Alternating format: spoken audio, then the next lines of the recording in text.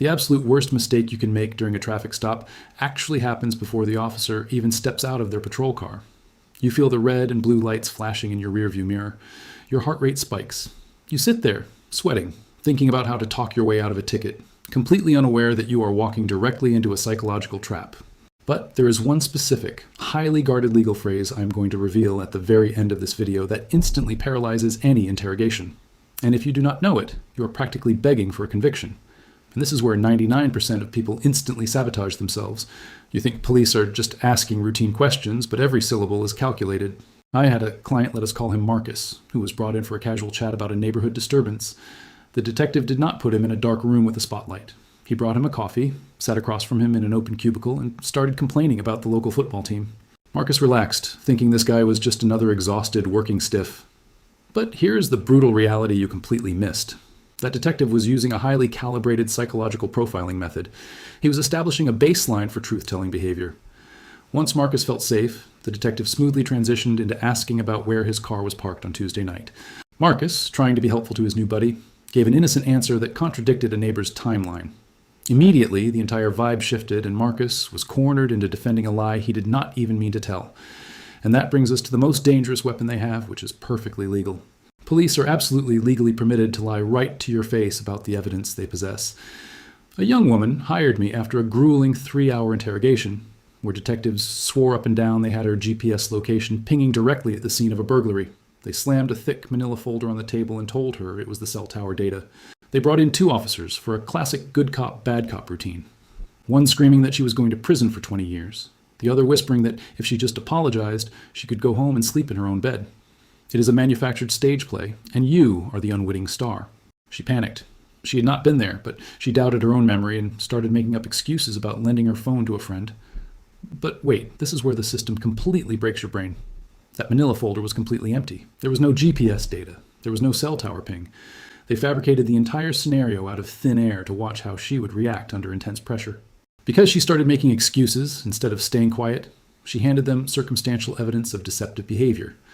They do not need real evidence if they can trick you into creating it for them. If an officer says they have you on camera, your only response should be absolute silence.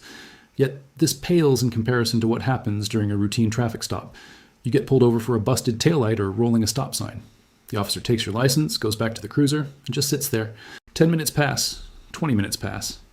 You think they are just running your plates, but they are actually stalling. I defended a guy who sat on the side of a highway for 45 minutes for going 5 miles over the speed limit. The officer kept coming back, asking weirdly specific questions about his travel plans and why he looked so nervous. And this is the exact moment you give away your constitutional rights without realizing it. The officer was illegally extending the stop to wait for a drug-sniffing dog to arrive, fishing for a reason to search the vehicle. My client just sat there, answering every question, thinking compliance equaled freedom. It does not. Compliance just gives them more time to build a fabricated, reasonable suspicion. The Supreme Court actually ruled on this very issue, stating a traffic stop cannot be prolonged beyond the time reasonably required to complete the mission of issuing a ticket. But cops know you do not know the case law. They bank on your ignorance. The moment a traffic stop drags on beyond the normal time it takes to write a citation, you are stepping into a legal gray zone. You have to force their hand. You must calmly look the officer in the eye and ask if you are being detained or if you are free to go. But here's the secret catch that traps people even when they try to leave. They will never ask for your permission directly. They use psychological softening words in what is known as the conversational consent loophole. Instead of saying they are going to search your car, an officer will lean on your window, lower their voice, take off their sunglasses, and smile. They will say something like, "You do not have anything illegal in here, right? You do not mind if I just take a quick peek in the back, do you?" Because of the way human psychology works, our brains are wired to agree with authority figures. We instinctively say no to the first part and sure to the second part without processing the legal consent we just handed over. And this is where the average citizen completely digs their own grave. I had a client who literally had nothing to hide, but he casually agreed when asked to pop his trunk. The officer spent an hour tearing apart the interior of the car, ripping up floor mats, and emptying every single bag on the side of a busy interstate. The client was humiliated, late for work, and completely helpless. All because he did not realize that stating "no officer, I do not consent to any searches" is the only acceptable answer to a fishing expedition. Never consent. If they have probable cause, they are going to search it anyway. If they are asking, it means they literally do not have the power to do it without your permission.